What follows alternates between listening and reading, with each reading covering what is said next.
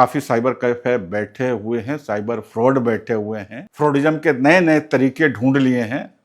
Cyber fraud कैसे करें, कैसे आपके खाते से हम पैसे उड़ा लें और हमारे खाते में आ जाएं, यह सब चल रहा है। बल्कि हमारे आदिवासी सुदूरवर्ती इलाके, वहाँ बैठे बैठे लोग, आप समझ लीजिए कि साइबर फ्रॉड का काम कर रहे हैं।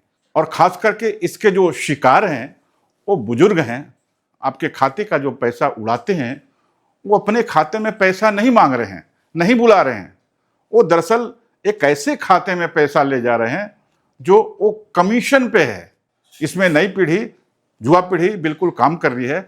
साइबर फ्रॉड के माध्यम से वो 2 करोड़ रुपए आए और उनको जब टीम ने पकड़ा, सीबीआई ने जब उनके घर गई तो मालूम हुआ कि उनको तो कुछ पता नहीं है, और पता भी है तो पता चला कि वे साइबर फ्रॉड के सदस्य हैं। कार्यपालक अभियंता के खाते से रिटायरमेंट के बाद जो 2 करोड़ रुपए मिले थे वो निकाल लिए गए। जहां रोजगार नहीं है, नौजवान पीढ़ी उस इलाके में काम कर रही है। तो साइबर फ्रॉडों से कैसे बचा जाए, ये कुछ टेक्निकल चीजें जानना आपको जरूरी है।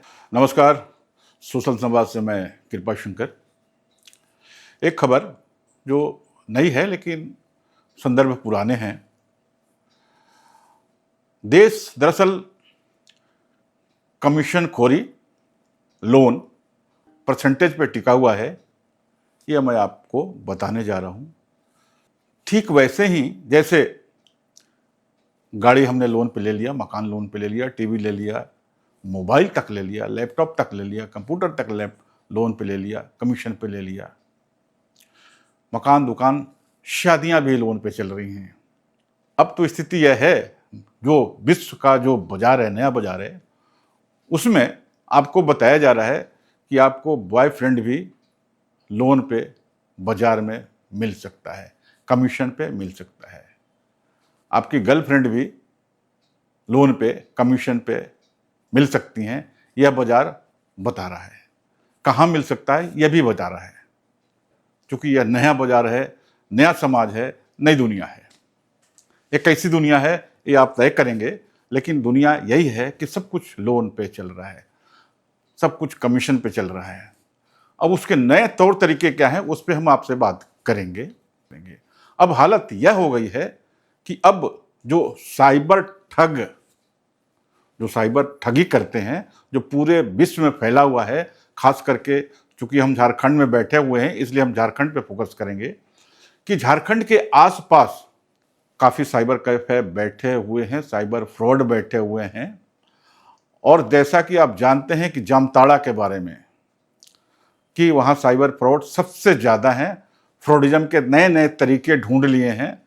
साइबर फ्रॉड कैसे करें, कैसे आपके खाते से हम पैसे उड़ा लें और हमारे खाते में आ जाएं, यह सब चल रहा है। बल्कि उस पर फिल्म भी बन गई है। लेकिन अब जामताड़ा दरअसल एक नाम नहीं रह गया है, बल्कि वो एक कैरेक्टर बन गया है।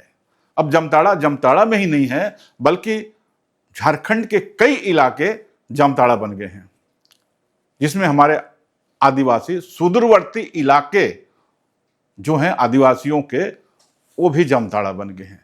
वहां बैठे बैठे लोग, आप समझ लीजिए कि साइबर फ्रॉड का काम कर रहे हैं, जिसमें घाटशिला, चाईबासा, जादूगोड़ा, ये सब जो जगहें हैं, जमशेदपुर के कई इलाके, रांची के कई इलाके, और आदिवासी जो बेल्ट हैं जहां रोजी रोजगार नहीं है, वहां काम चल रहा है साइबर फ्रॉड का। और खास करके इसके जो शिकार हैं वो बुजुर्ग हैं, जिनको साइबर फ्रॉड के जरिए उनकी साइबर अरेस्टिंग करके ये नया तरीका आया है, आपके ऊपर दबाव डाल के आपका सब जो बैंक के जो डिटेल हैं वो आपसे वो ले लेते हैं और आप घर बैठे हैं और आपके वो पैसे निकाल लेते हैं। जाहिर सी बात है कि पैसे उड़ जाने के बाद आपके रंग भी उड़ जाएंगे।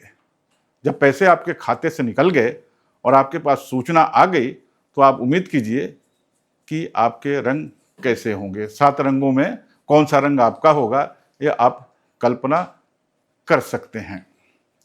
लेकिन उसमें एक रंग ऐसा है जो वही समझ सकता है जो उसकी सजा पाता हो। अब साइबर फ्रॉड भी पकड़े जा रहे हैं। उस घटना दुर्घटना और ऐसा काम करके साइबर फ्रॉड बच नहीं रहे हैं, बल्कि वे पकड़े जा रहे हैं।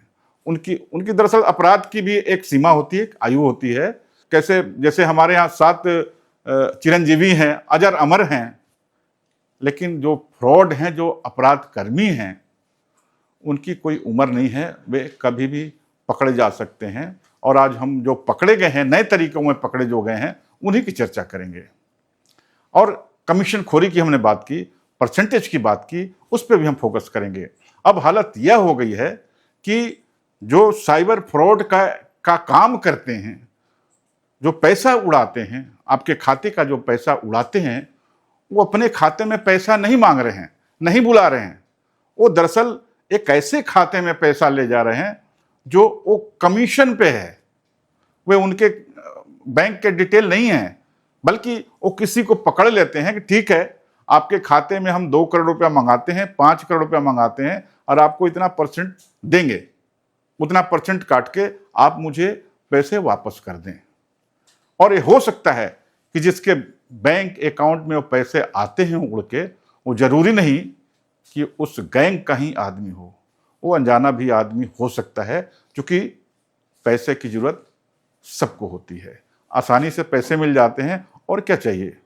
इसमें नई पीढ़ी, युवा पीढ़ी बिल्कुल काम कर रही है कि कहाँ कैसे हो रहा है। मैं एक उदाहरण के साथ जो कैरेक्टर पकड़ा है, जो पकड़ा गया है, उस कैरेक्टर को मैं उठाऊंगा। उससे आप समझ सकते हैं कि यह काम किस तरीके से कमीशन के आधार पे चल रहा है, परसेंटेज के आधार पे चल रहा है। वो मैं अभी आपको एक जिक्र करूंगा।